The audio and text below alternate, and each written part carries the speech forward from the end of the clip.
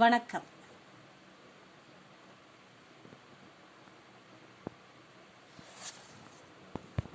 எதனாலே பாடல் கொடுத்துருக்காங்க ஃப்ரெண்ட்ஸ். இதுக்கெல்லாம் விடை பின்னாடி இருக்குது, பார்க்கலாம்.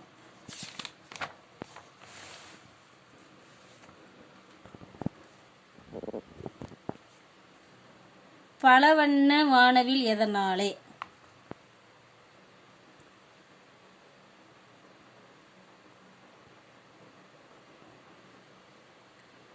வானில் உள்ள நீர்த்துளிகளுள் சூரிய ஒளி ஊடுருவும் போது நீர்த்துளிகளின் பின்புறமாக எதிரொலிப்பதால் வானவில் தோன்றுகிறது.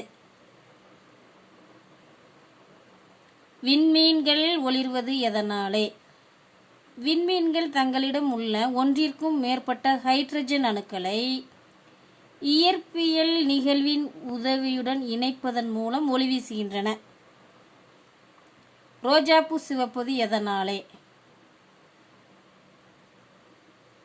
ரோஜாப்பூவில் ஆந்தோசைனின் என்ற நிறமி இருப்பதால் சிவந்த நிறத்தில் காணப்படுகின்றது. இலைகள் உதிர்வது எதனாலே? கோடை காலங்களில் நீராவி போக்கை தடுப்பதற்காக தாவரங்களில் இருந்து இலைகள் உதிர்கின்றன. மின்மினி மின்னுவது எதனாலே?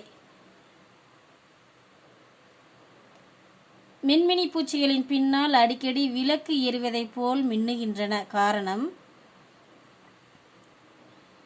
லூசிஃபெரேஸ் என்சைம் மின்மினி பூச்சி பின்னால் இருப்பதால் மின்னுகிறது. பறவைகள் பறப்பது எதனாலே? பறவைகள் பறக்க காரணம், அவற்றின் எலும்புகளிலும் இறகுகளிலும் காற்றுப்பைகள் உள்ளன. அவை பறப்பதற்கு உதவுகின்றன. மின்னல் மின்னுவது எதனாலே? மின்னிறக்கத்தால் மின்னல் மின்னுகிறது.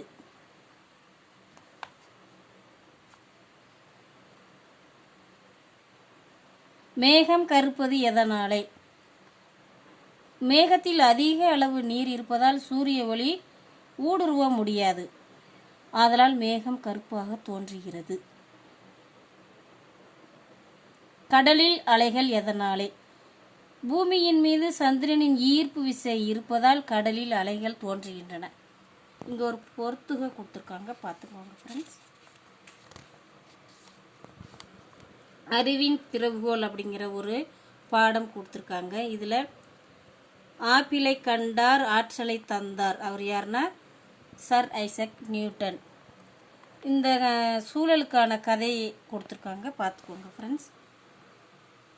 வேடிக்கை பார்த்தார், வியக்க வைத்தார். ஸ்டெதஸ்கோப்பை கண்டறிந்த ரேனே லெனக். ஆவியை கண்டார், நீராவி இயந்திரம் தந்தார்.